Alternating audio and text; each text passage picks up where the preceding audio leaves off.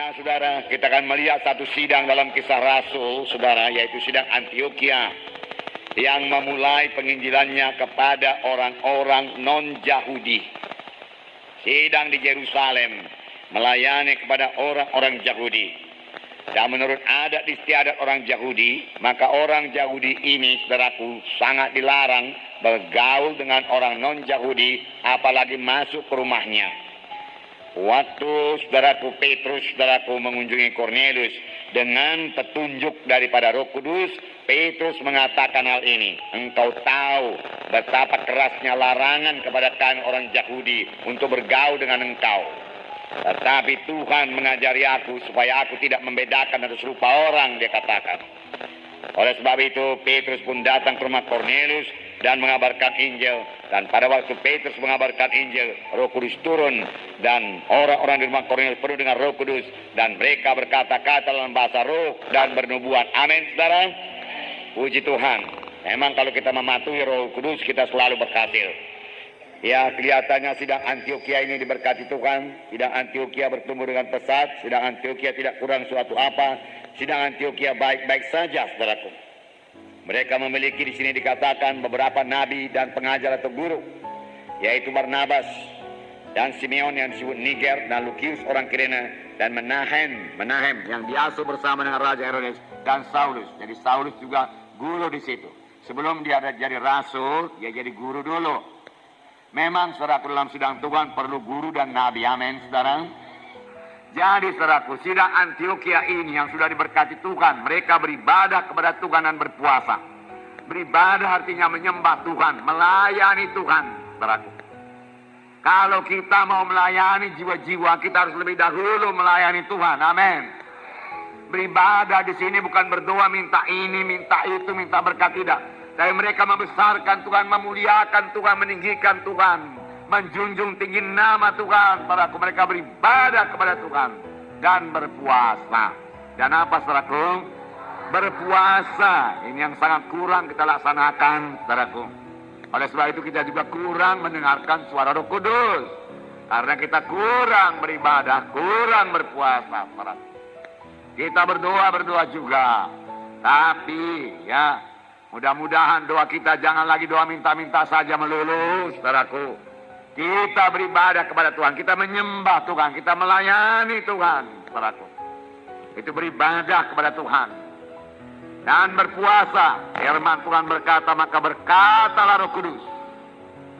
Setelah mereka beribadah kepada Tuhan, setelah mereka berpuasa, Roh Kudus mulai menunjukkan jalan, mulai menuntun sidang tersebut, mulai memberikan petunjuk kepada sidang Antiokhia, langkah-langkah apa lagi yang harus mereka ambil supaya sidang bertumbuh. Saudaraku, sidang bukan hanya pada satu tempat saja, sidang harus menginjil, saudaraku. Berpuasa, saudara, biarlah kita juga belajar puasa ini, tidak makan, tidak minum, saudaraku. Ya, sebisa-bisanya 24 jam.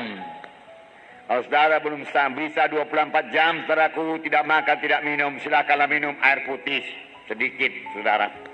Saudara bisa tahan, saudaraku. Di kali berikutnya, saudaraku, saudara boleh kurangi minumnya, saudaraku. Lama-lama, saudaraku, dalam tempo 24 jam, saudara tidak perlu air dan tidak perlu makanan. Saudara bisa puasa dengan baik dan bersekutu dengan baik dengan Tuhan. Dalam puasa kita perlu bersekutu dengan Tuhan. Tentunya sidang Antiokhia ini waktu dia beribadah kepada Tuhan dan berpuasa dia bersekutu dengan Tuhan. Itu sebabnya dia mendengar suara Roh Kudus. Amin. Apakah firman Tuhan disampaikan melalui nubuat? Saudaraku, tidak dituliskan di sini. Pokoknya mereka semua mendengarkan suara Tuhan. Bisa juga melalui nubuat, karena di sini dikatakan di sidang Antiokhia ini ada beberapa nabi dan guru.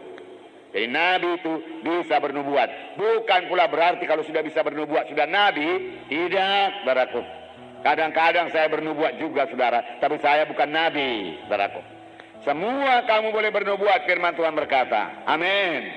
Dan biasanya dapat Bapak Roh Kudus juga dia bisa bernubuat.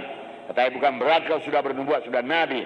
Tapi kalau seorang nabi harus dapat bernubuat. Amin.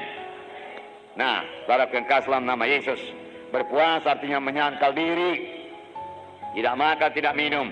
untuk mencari kehendak Tuhan. Banyak orang tidak tahu kehendak Tuhan. Banyak orang tidak mendapat petunjuk dari Tuhan, saudaraku. Dia tidak tahu langkah apa yang akan diambil selanjutnya. Untuk itu dia perlu puasa dan beribadah kepada Tuhan dan menyembah Tuhan, membesarkan Tuhan, meninggikan Tuhan, memuji Tuhan, menyembah Tuhan. Setelah dia beribadah kepada Tuhan. Dalam berpuasa itu kita berduka cita. Mengapa kita berduka cita? Karena kita menyadari kekurangan kita sebagai hamba Tuhan. Kurang urapan, kurang kuasa, kurang pengertian, kurang hikmat. Kita berduka cita.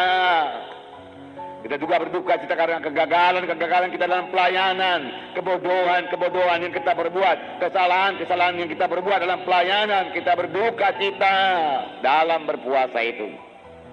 Firman Tuhan berkata, duka cita dunia ini membawa kepada maut, tapi duka cita yang daripada Tuhan membawa kepada hidup.